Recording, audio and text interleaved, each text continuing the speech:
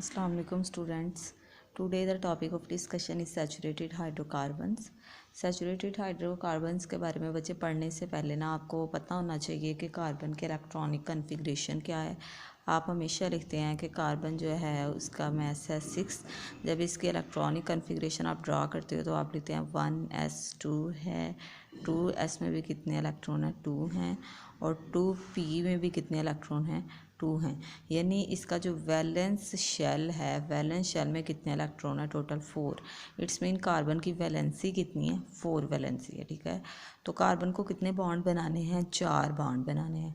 अगर हम कहें कि कार्बन की चारों वैलेंसीज जो हैं वो बाया सिंगल बॉन्ड फुली सेटिस्फाई हो रही हों तो ऐसे कंपाउंड को हम कहते हैं सैचुरेटेड कंपाउंड। जैसे सपोज करें अब ये कार्बन की जो चारों वैलेंसीज हैं वो कार्बन के साथ भी सेटिस्फाई हो सकते हैं, मतलब कार्बन के चारों तरफ ही क्या लगी हो कार्बन लगी हो, तो फिर भी ये क्या है सिंगल बॉन्ड के ज़रिए से। लेकिन ऐसा भी हो सकता है कि कार्बन के चारों तरफ जो है वो क्या लगी हो हाइड्रोजन लगी हो। तो कार्बन की अगर सारी की सारी वैलेंसीज जो हैं वो हाइड्रोजन के ज़रिए से या कार्बन के ज़रिए से फुली सेटिस्फाई हो रही हैं तो ऐसे कंपाउंड को हम क्या कहते हैं सैचुरेटेड कंपाउंड कहते हैं। सैचुरेटेड कंपाउंड को लिखने से पहले जो है आपने बच्चे हमेशा ये याद रखना है कि ये हमेशा किससे मिलके बना होगा कार्बन और हाइड्रोजन से मिलके बना होगा। सैचुरेटेड हाइड्रोकार्बन्स को लिखने के लिए जो फार्मूला यूज़ किया जाता है वो आपके पास होता है CnH2n+2। ठीक है, सैचुरेटेड हाइड्रोकार्बन को लिखने के लिए जो फार्मूला यूज़ किया जाता है वो आपके पास क्या है CnH2n+2 है।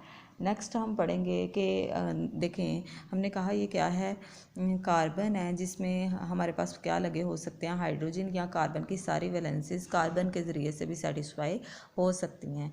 तो अगर हम इसमें देखें तो ये जो कार्बन होती है सेंट्रल कार्बन ये sp3 हाइब्रिडाइज्ड है, क्योंकि बच्चे इसमें हम कहते हैं कि एक एस और 3p कार्बन की तरफ से जो है वो इन्वॉल्व यानी हिस्सा ले रहे होते हैं। जब आप इलेक्ट्रॉनिक कन्फिग्रेशन ये तो हमने ग्राउंड स्टेट में लिखी, जब आप एक्साइटेड स्टेट में लिखते हो तो एक एस से इलेक्ट्रॉन जंप करके कहाँ पे चला जाता है p में, तो यानी एक एस और 3p ऑर्बिटल हिस्सा लेते हैं। इसलिए यहाँ पे जो हाइब्रिडाइजेशन आपके पास कौन सी होती है sp3 हाइब्रिडाइजेशन।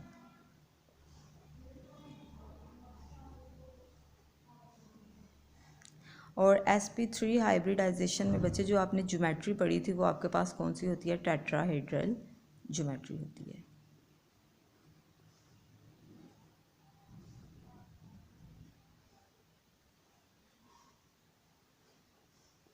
नेक्स्ट हम जो है वो इसकी सिंथेसिस पढ़ेंगे, सिंथेसिस ऑफ सैचुरेटेड हाइड्रोकार्बन। तो स्टार्ट करते हैं किससे सिंथेसिस से।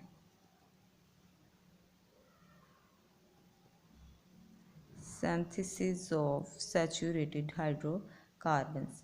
बच्चे इसमें जो सबसे पहला आपने रिएक्शन पढ़ना है, सबसे पहले इसकी सिंथेसिस मेथड पढ़ना है वो आपके पास है सबाटियर-सैंडन रिएक्शन।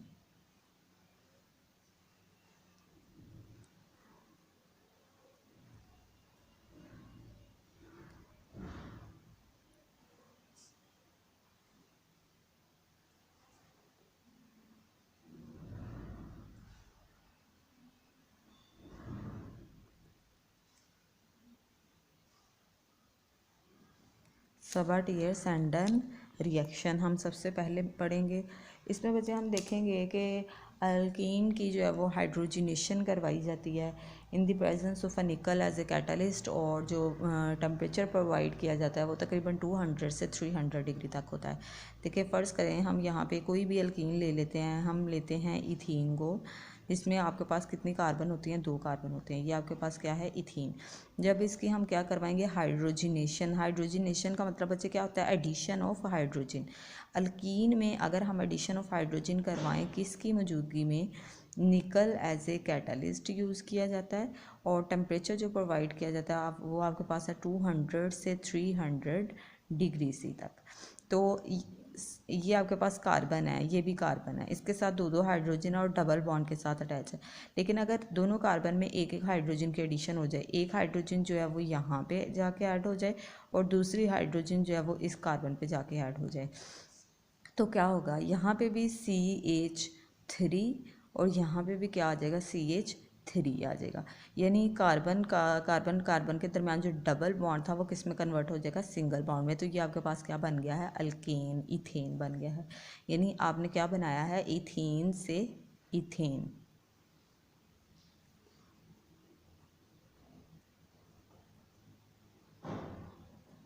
ठीक है। इसमें बच्चे हम बात कर रहे हैं कि हमने क्या करवाई है, हाइड्रोजिनेशन करवाई है, किसकी मौजूदगी में, प्लाटियम, या प्लाटियम भी हम कैटलिस्ट के तौर पे यूज़ कर सकते हैं, लेकिन ये निकल के मुकाबले में जो है वो थोड़े एक्सपेंसिव हैं, इस वजह से हम इनको यूज़ नहीं करते हैं। मोस्टली जो यूज़ किया जाता है वो आपके पास कौन सा कैटलिस्ट होता है, निकल एज ए कैटलिस्ट यूज़ किया जाता है। लेकिन प्लाटियम और प्लाडियम भी यूज़ किए जाते हैं, लेकिन वो क्या है, वो थोड़े से एक्सपेंसिव हैं। कैटलिस्ट यूज़ किया जाता है, प्लाटियम और प्लाडियम भी यूज़ किए जा सकते हैं, लेकिन ये क्या है, थोड़े से एक्सपेंसिव कैटलिस्ट हैं, इस वजह से इनको यूज़ हम नहीं करते हैं।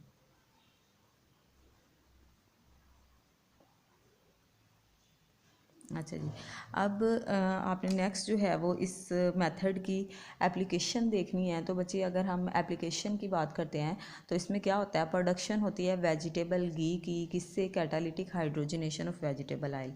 सपोज करें हम कहते हैं हमारे पास क्या था, वेजिटेबल ऑयल था, यानी ये कि किस फॉर्म में होता है, अनसैचुरेटेड फॉर्म में होता है, यानी इसके दरमियान क्या होता है, डबल बॉन्ड। जब इसकी हम क्या करवाते हैं, हाइड्रोजिनेशन करवाते हैं, तो हमें क्या मिलता है, वेजिटेबल घी मिलता है। तो ये जो है वो इसकी सबसे बड़ी क्या है, एप्लीकेशन है कि वेजिटेबल ऑयल से वेजिटेबल घी बनना। यानी जैसे हमने बच्चे ये रिएक्शन पढ़ा कि अनसैचुरेटेड से सैचुरेटेड कंपाउंड का बनना, ये भी हमारे पास क्या है, अनसैचुरेटेड है। अनसैचुरेटेड से सैचुरेटेड कंपाउंड का बनना हमारे पास क्या कहलाता है, सबार्टियर-सनडेन रिएक्शन की। ये बहुत बड़ी एप्लीकेशन है। अब हम नेक्स्ट जो है वो सेकेंड मेथड ऑफ सिंथेसिस पढ़ेंगे सैचुरेटेड हाइड्रोकार्बन्स का। बच्चे जो सेकंड मेथड ऑफ सिंथेसिस है वो हम पढ़ते हैं फ्रॉम अल्काइल हेलाइड। ठीक है, किससे पढ़ते हैं, from alkyl halide.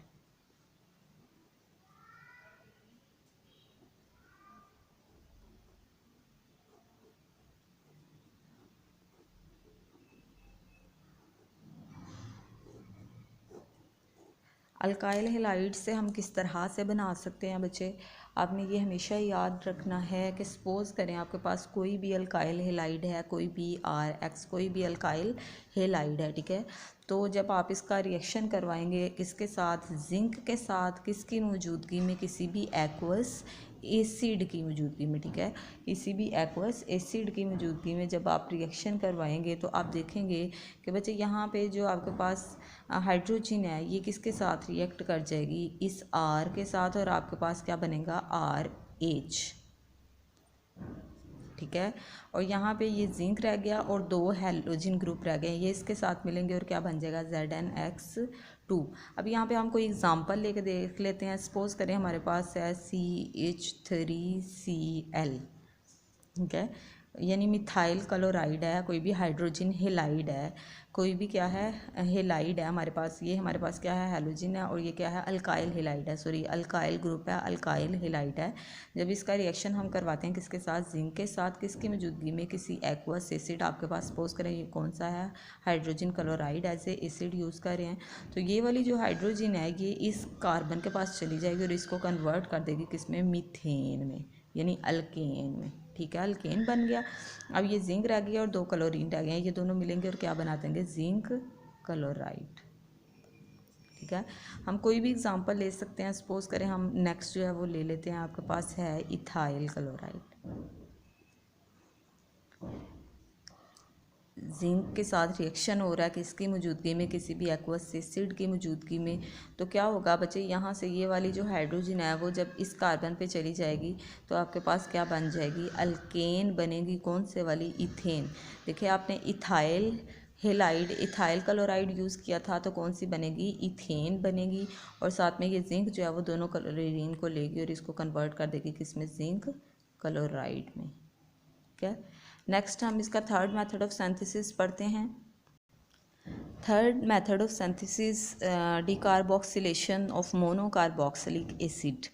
D carboxylation का मतलब क्या होता है बच्चे? डी का मतलब होता है रिमूवल, कार्बोक्सिल यानी कार्बन डाइऑक्साइड, कार्बोक्सिलेशन ग्रुप का क्या करवाना है यहाँ पे? रिमूवल करवाना है। किस में से? मोनो कार्बोक्सिलिक एसिड में से। सपोज करें यहाँ पे हमारे पास जो मोनो कार्बोक्सिलिक एसिड है वो सोडियम साल्ट है किसी भी एसिड का। सपोज करें हम यहाँ पे कहते हैं हमारे पास आर ग्रुप लगा है, सी डबल बॉन्ड ओ और O N A, sodium salt of किसी भी अल्काइल ग्रुप। ठीक है, sodium salt of an acid. जब इसका रिएक्शन हम करवाते हैं किसके साथ? सोडियम हाइड्रो ऑक्साइड के साथ, तो जो आपके पास प्रोडक्ट आएगी वो बच्चे किस तरह से आएगी? ये वाली जो हाइड्रोजन है वो इस आर ग्रुप के साथ जाके रिएक्ट करेगी और यहाँ पे क्या बना देगी? आर एच, यानी कोई भी क्या बनेगी? अल्केन बनेगी। ठीक है, और अब देखें इसमें रह क्या गया है आपके पास? एन ए और ये भी एन ए है, तो कितने हो जाएंगे आपके पास? N A 2। अब यहाँ पे सी ओ कितने हैं? 2 हैं। आपने लिखा सी ओ 2, यहाँ पे थे ऑक्सीजन और एक यहाँ से भी ऑक्सीजन रहती है, तो क्या बन जाएगा? Sodium carbonate Na2CO3। तो जब भी मोनोकार्बोक्सिलिक एसिड में से एक मोनोकार्बोक्सिलिक एसिड इसको क्यों कहा जा रहा है? आपके पास क्या है? एक कार्बोक्सिल ग्रुप है। ठीक है, एक कार्बोक्सिल ग्रुप है। कार्बोक्सिलिक ग्रुप में से जब कहता है कार्बन डाइऑक्साइड का कार्बोक्सिलेशन ग्रुप का रिमूवल कर दिया जाता है तो इसको हम क्या कहते हैं? D carboxylation. सपोज करें यहाँ पे हम बच्चे एग्जाम्पल ले लेते हैं, हमारे पास है सोडियम प्रोपेनोएट।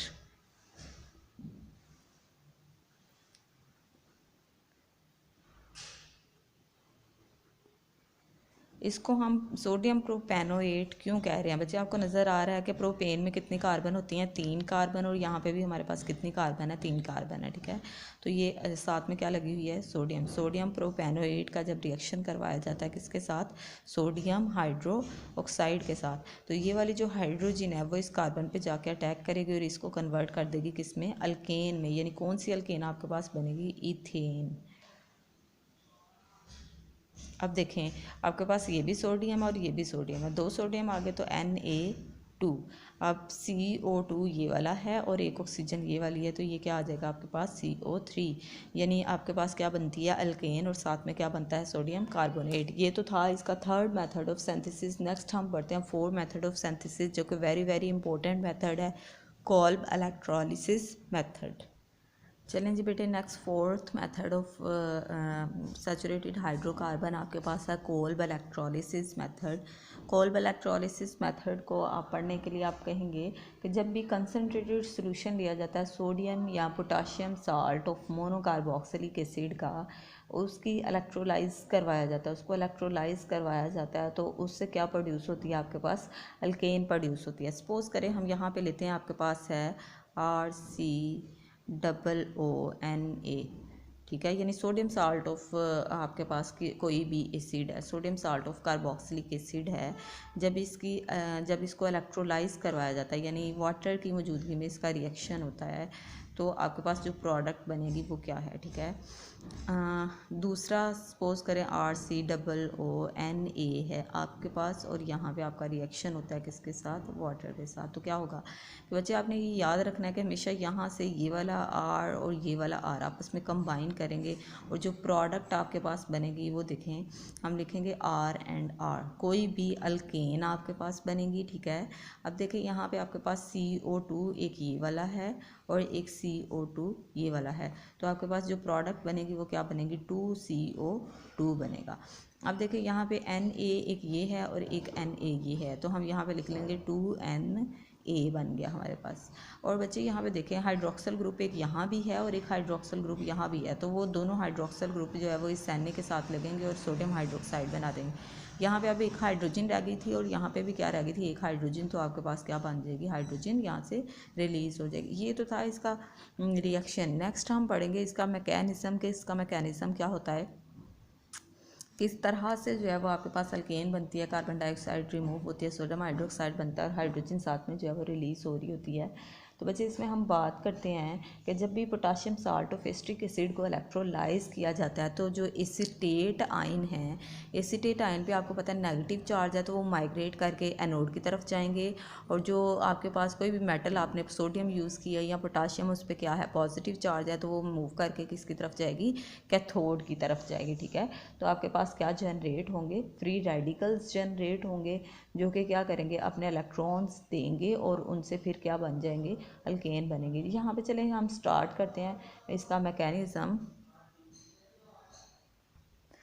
बेटे मैकेनिज़्म हम स्टार्ट करते हैं। सपोज़ करें हमारे पास यहाँ पे जो हम कंपाउंड ले रहे हैं वो हमारे पास है acetate, potassium salt of acetate ion. ठीक है, तो आपके पास क्या है, CH3 है, C डबल बॉन्ड O है, O और क्या है, पोटाशियम साल्ट है। ठीक है, तो हमने जैसे यहाँ पे ऊपर पढ़ा कि हमने कितने कंपाउंड यूज़ करने होते हैं, 2, तो यहाँ पे भी हम कितने ले लेते हैं, 2।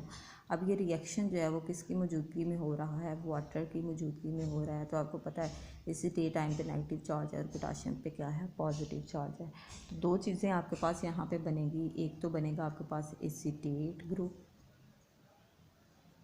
एसीटेट आयन प्रोड्यूस होंगे, और साथ में क्या बनेंगे आपके पास, पोटाशियम आयंस जो हैं वो प्रोड्यूस होंगे। ठीक है, अब इनका रिएक्शन जो है वो एनोड पे और कैथोड पे किस तरह से होता है, पहले हम एनोड पे रिएक्शन देख लेते हैं किसका, एसीटेट आयन का। एसीटेट आयन हमारे पास क्या है, नेगेटिवली चार्ज है, और एनोड हमारे पास क्या होता है, पॉजिटिवली चार्ज होता है। यहाँ पे हम लिखेंगे 2CH3, यानी ये जो हमारे पास एसीटेट आयन प्रोड्यूस हुए हैं, C डबल बॉन्ड O और O नेगेटिव। ठीक है, अब इसमें बच्चे क्या होता है, इनकी इलेक्ट्रोलिसिस जब होगी, तो जब भी इलेक्ट्रोलिसिस होती है तो इलेक्ट्रॉन जो है वो माइग्रेट कर जाते हैं। तो माइग्रेट करने के बाद जो आपके पास यहाँ से, अब ये 2 एसीटेट आयन है तो 2 इलेक्ट्रॉन इसमें से निकलेंगे। ठीक है, जब 2 इलेक्ट्रॉन निकलेंगे तो यहाँ पे जनरेट हो जाएगा आपके पास फ्री रेडिकल। कौन सा free radical, acetate free radical. बच्चे जब भी कोई नेगेटिवली चार्ज स्पीशी होती है तो उसमें से इलेक्ट्रॉन निकलते हैं, जैसे ये नेगेटिवली चार्ज है तो इसमें से इलेक्ट्रॉन निकले हैं, तो इस पर क्या जनरेट हो गया, फ्री रेडिकल। लेकिन जब कोई पॉजिटिवली चार्ज स्पीशी आए तो उसमें इलेक्ट्रॉन ऐड होते हैं। ठीक है, तो यहाँ पे क्या हुआ है, 2 इलेक्ट्रॉन, 2 कंपाउंड थे तो 2 इलेक्ट्रॉन जो है निकल गए हैं, और इस पर क्या जनरेट हो गया है, फ्री रेडिकल जनरेट हो गया। अब यही जो आपके पास फ्री रेडिकल है, यानी एसीटेट फ्री रेडिकल जो आपके पास है, एसीटेट फ्री रेडिकल का क्या होगा कि डीकार्बोक्सिलेशन इसमें से होगी, यानी ये वाली जो कार्बन डाइऑक्साइड है, देखें 2 हम कंपाउंड यूज़ कर रहे हैं तो क्या निकल जाएगा, 2 कार्बन डाइऑक्साइड यहाँ से निकल जाएंगे। अब यहाँ पे क्या जनरेट होंगे, 2 methyl group, 2 methyl free radical generate हो जाएंगे। ठीक है, क्योंकि कार्बन डाइऑक्साइड रिमूव हो गई है, पीछे रह गया सिर्फ मिथाइल ग्रुप, तो 2 मिथाइल फ्री रेडिकल जनरेट होंगे। अब यही दोनों जो फ्री रेडिकल हैं, एक मिथाइल फ्री रेडिकल और दूसरा भी मिथाइल फ्री रेडिकल, आपस में एक दूसरे के साथ कंबाइन करेंगे और ये क्या बना देंगे, आपके पास अल्केन बना देंगे। कौन सी अल्केन बनाएंगे, इथेन बनाएंगे। ठीक है, ये तो था इसका रिएक्शन एनोड पे। नेक्स्ट हम इसका जो रिएक्शन है वो देखते हैं कैथोड पे किस तरह रिएक्शन जो है वो अब हम देखते हैं कैथोड पे। तो कैथोड पे रिएक्शन पढ़ने से पहले बच्चे हम बात करते हैं कि ये रिएक्शन हमने स्टार्ट पे ही बात की थी, ये किसकी मौजूदगी में हो रहा होता है, वाटर की मौजूदगी में। तो जैसे मैंने कहा था कि जब भी कोई नेगेटिवली चार्ज स्पीशी होती है, यानी एनोड पे जो है वो इलेक्ट्रॉन रिमूव हो रहे होते हैं और कैथोड पे इलेक्ट्रॉन्स जो हैं वो क्या होंगे, ऐड होंगे।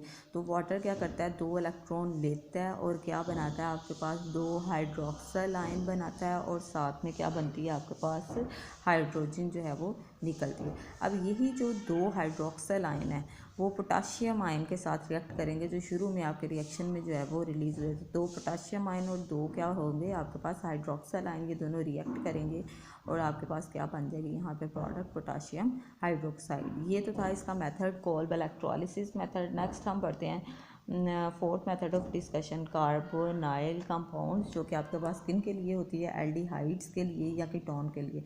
एल्डिहाइड और कीटोन से आप किस तरह से सैचुरेटेड हाइड्रोकार्बन्स बना सकते हैं, अब हम ये पढ़ेंगे। चलें बेटा नेक्स्ट इसका हम रिएक्शन जो है वो पढ़ते हैं फ्रॉम कार्बोनाइल कंपाउंड से इसकी सिंथेसिस देखते हैं। तो जब भी बच्चे इसमें 2 तरह की कार्बोनाइल कंपाउंड में सिंथेसिस होती है, मैंने स्टार्ट पे ही बात की कि एल्डिहाइड इन्वॉल्व होंगे या कीटोन। जब हम कीटोन की बात करते हैं तो हम इसको कहते हैं स्लीमेंसन रिडक्शन। हम क्या कहते हैं, स्लीमेंसन रिएक्शन या स्लीमेंसन रिडक्शन। जब हम स्लीमेंसन रिएक्शन की बात करेंगे तो इसमें हम किसको लेंगे, कीटोन को। कीटोन आपके पास सपोज करें यहाँ पे कौन सी है, एसीटोन है। एसीटोन की वजह जब भी क्या की जाती है, हाइड्रोजनेशन की जाती है, किसकी मौजूदगी में, जिंक एमेल्गम की मौजूदगी में। ये जिंक आपके पास क्या है, एमेल्गम या मरकरी जब भी साथ इसके अटैच हो तो इसको हम क्या कहते हैं, जिंक एमेल्गम। यहाँ पर हम कहेंगे हाइड्रोजन क्लोराइड की मौजूदगी में जब रिएक्शन होता है तो क्या होगा बच्चे कि ये वाली दो हाइड्रोजन और यहाँ से एक ऑक्सीजन जो है वो मिलेगी और क्या बना देगी, वो वाटर बनाएगी। अब यहाँ पे जो दो हाइड्रोजन बाकी रह गए हैं वो दो हाइड्रोजन इस कार्बन के साथ जाके मिलेंगे और इसको कन्वर्ट कर देंगे किसमें, अल्केन में। ये था आपके पास कौन सा, जब कीटोन की रिडक्शन हुई है और क्या बनी है, अल्केन बनी है। दूसरा मेथड जो हम पढ़ते हैं उसमें हम पढ़ते हैं एल्डिहाइड की रिडक्शन होती है। एल्डिहाइड वाला जो मेथड है उसको हम कहते हैं वुल्फ किश्नर रिएक्शन या वुल्फ किश्नर रिडक्शन।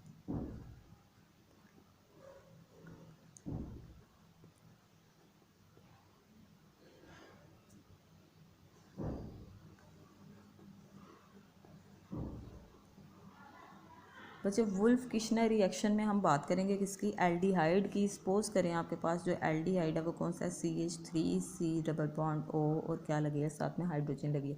यानी अल्केन की जगह, अल्काइल ग्रुप की जगह पे क्या लग गई है, हाइड्रोजन लग गई है। तो जब इसकी रिडक्शन होती है यानी हाइड्रोजन के साथ इसका रिएक्शन होता है किसकी मौजूदगी में, जिंक एमल्गम की मौजूदगी में, और साथ में आपके पास कौन सा एसिड यूज़ किया जा रहा है, हाइड्रोजन क्लोराइड।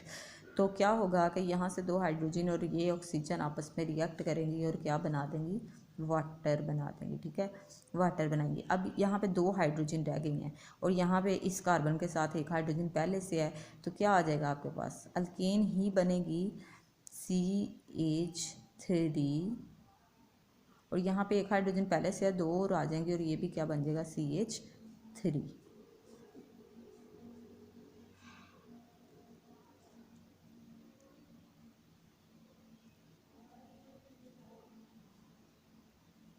ठीक है, तो ये भी आपके पास क्या बन गई है, अल्केन बन गई है। नेक्स्ट आपने जो इसका मेथड ऑफ सिंथेसिस पढ़ना है वो है ग्रिग्नार्ड रिएजेंट से। बच्चे हम ग्रिग्नार्ड रिएजेंट किसको कहते हैं, कोई भी अल्काइल मैग्नीशियम हेलाइड जो है वो जब आपस में एक दूसरे के साथ अटैच होती हैं तो उसको हम कहते हैं ग्रिग्नार्ड कंपाउंड। तो ग्रिग्नार्ड रिएजेंट की हमने यहाँ पे हाइड्रोलिसिस पढ़नी है। जब हम हाइड्रोलिसिस पढ़ेंगे तो उससे आपके पास क्या प्रोड्यूस होगी, अल्केन प्रोड्यूस होगी। ये हम इसका मेथड जो है वो लास्ट मेथड है वो पढ़ते हैं। ग्रिग्नार्ड रिएजेंट जैसे कि बच्चे मैंने कहा, कोई भी अल्काइल ग्रुप हो उसके साथ मैग्नीशियम अटैच हो और उसके साथ क्या हो, कोई भी हेलाइड अटैच हो, यानी दरमियान में क्या हो, मैग्नीशियम, और दोनों तरफ एक अल्काइल ग्रुप अटैच हो और एक तरफ हैलोजन, तो उसको हम कहते हैं ग्रिग्नार्ड रिएजेंट। ग्रिग्नार्ड रिएजेंट की जब क्या होती है, हाइड्रोलिसिस, यानी उसका रिएक्शन होता है किसके साथ, वाटर के साथ। तो बच्चे होगा क्या कि ये वाली जो हाइड्रोजन है वो इस अल्काइल ग्रुप के साथ जाके रिएक्ट करेगी और क्या बना देगी, कोई भी अल्केन। यहाँ पे आपके पास क्या बनेगी, मीथेन। और ये आपको पता है, चूँकि मैंने बताया कि मैग्नीशियम जो है वो हमेशा कितने बॉन्ड बनाती है, दो बॉन्ड बनाती है। ठीक है, एक इसने यहाँ पे अल्काइल ग्रुप के साथ बनाया हुआ था, एक क्लोरीन के साथ बनाया हुआ था, लेकिन यहाँ पे अब क्या होगा कि मैग्नीशियम का बॉन्ड जो है वो सिर्फ किसके साथ रह गया, क्लोरीन के साथ। अब ये वाला हाइड्रोक्सल ग्रुप भी किसके साथ जाके लग जाएगा, मैग्नीशियम के साथ। तो ये इसका मेथड है एक सिंथेसिस का फ्रॉम ग्रिग्नार्ड रिएजेंट। सपोज करें हम यहाँ पे अब कोई और कंपाउंड भी यूज़ कर सकते हैं। यहाँ पे हम ले लेते हैं किसको, इथाइल मैग्नीशियम ब्रोमाइड को भी हम यूज़ कर सकते हैं। जब इसकी हाइड्रोलिसिस करवाएंगे तो इसमें बच्चे क्या होगा कि ये वाली जो हाइड्रोजन है वो इस कार्बन के साथ जाके अटैच होगी और आपके पास बन जाएगी अल्केन, कौन सी, CH3 यानी इथेन। अब आपके पास रह गई है क्या, मैग्नीशियम रह गया और उसके साथ ब्रोमीन लगा हुआ था। अब ये वाला हाइड्रोक्सल ग्रुप भी जाके किसके साथ अटैच हो जाएगा, मैग्नीशियम के साथ। तो ये थी आपके पास जो है वो सिंथेसिस सैचुरेटेड हाइड्रोकार्बन्स की। नेक्स्ट हम जो है वो इसका रिएक्शंस पढ़ेंगे और फिर नेक्स्ट टॉपिक की तरफ जो है वो चलेंगे।